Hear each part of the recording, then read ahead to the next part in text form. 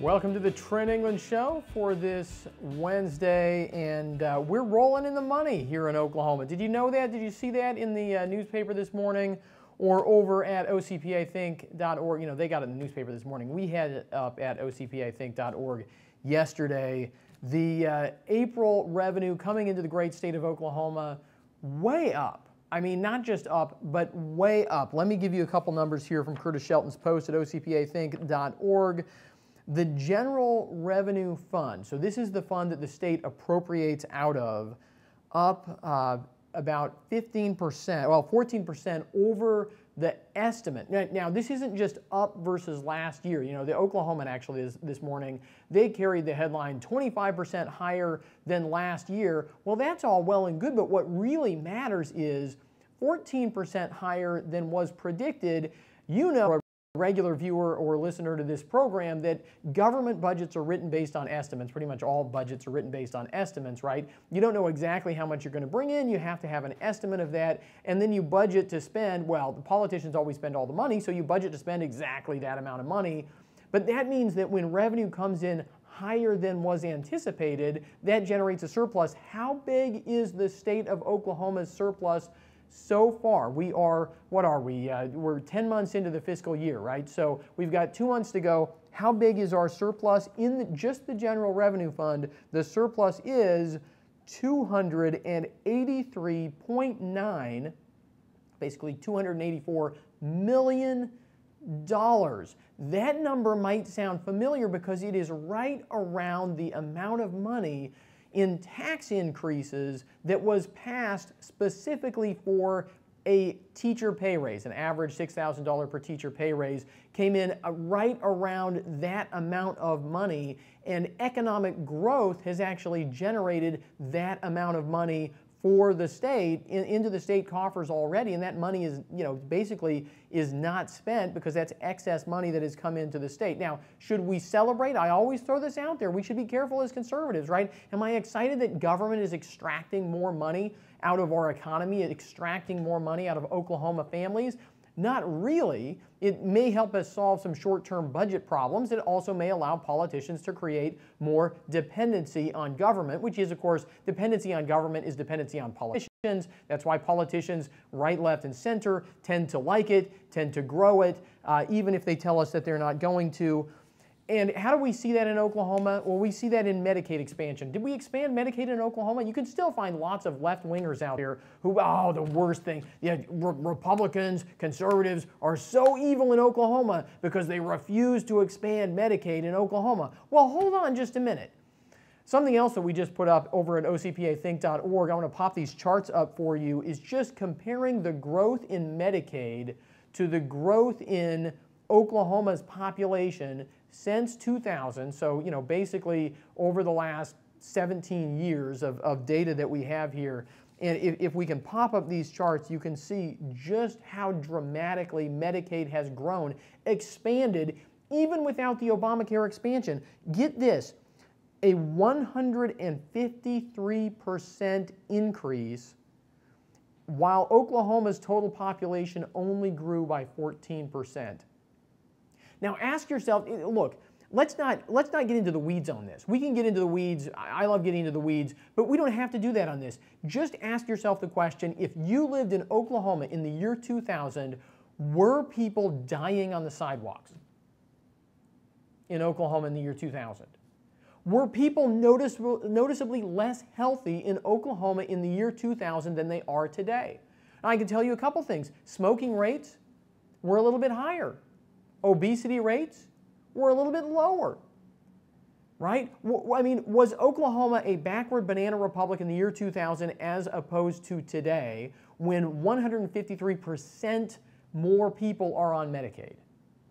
Right? I mean, look, I understand there's a lot more to this debate than just that, but that fact is staggering, and it is causing our state budget to stagger.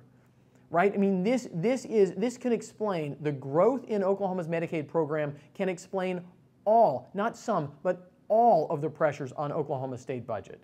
And I understand that some of that has been forced on us by federal policymakers, and some of that was done, under Brad Henry's administration. You can see a big jump in the graph back when Brad Henry was in office. But look, just the basic facts here are important. And this is true for pretty much all the states all around the country. So there we go. We've got lots of money coming in, but we've got lots of money going out as well. Okay.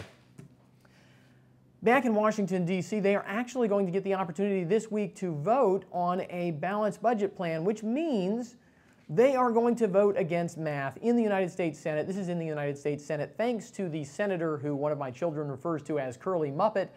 Yes, Rand Paul, I love that.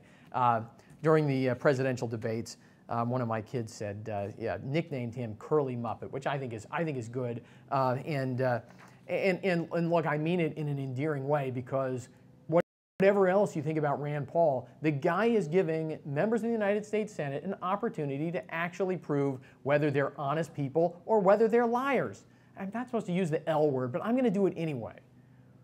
Look, we have all of these people who claim to be conservative, who go to Washington, D.C., and who are destroying our country because they're voting to put us in more and more and more debt.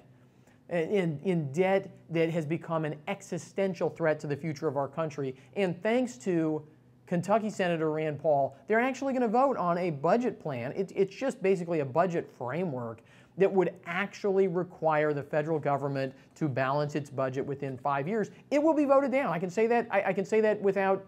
I'm not going to say I think it would be voted down. I predict it. It's going to be voted down. It's going to be voted down. They will not vote for it because, because what I said just a minute ago, right? Politicians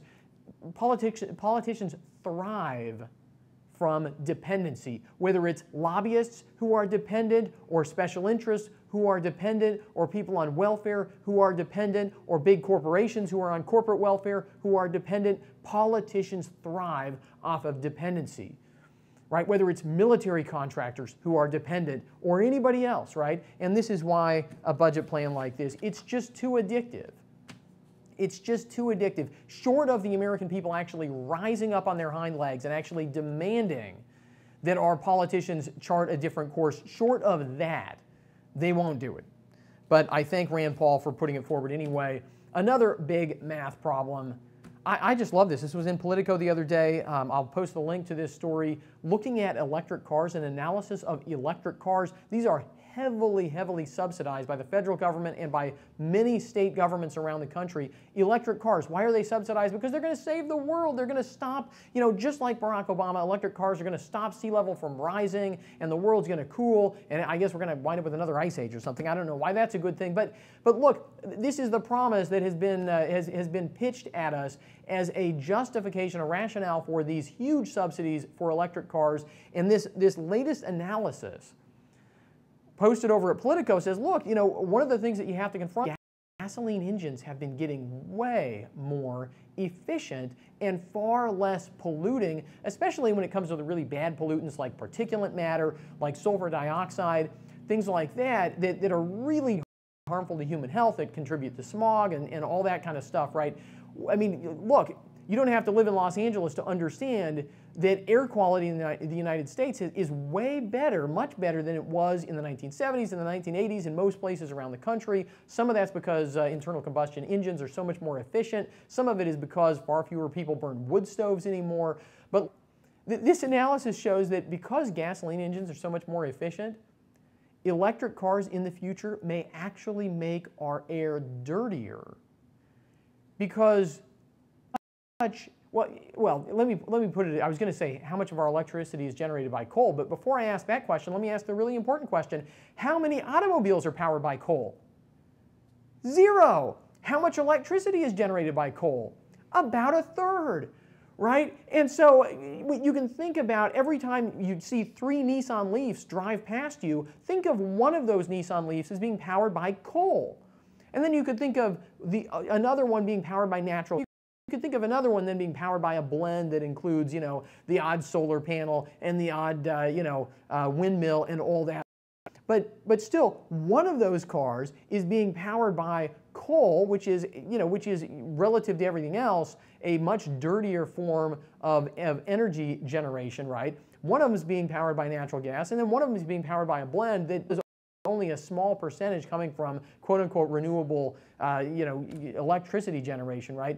This is why electric cars may actually be, as it turns out, bad for the environment. And the author goes on to point out, as I say, I'm going to post this link. You should find this. You should share this link that I'm going to put up on the show page later today, because the author points out who does benefit, right? And it's back to your usual suspects, your big cronies out there, right? The people who basically, wealthy people, a lot of wealthy people in California, frankly, who benefit immensely from these subsidies. They shift a lot of the cost of their expensive electric cars and electric car technology and infrastructure. They shift that cost onto poor people who can't afford to drive around in a silent car. I guess they're not silent. They have to have some kind of a noisemaker on them so they don't run down deaf people. Is that or no? So they don't run down blind people. I guess if you're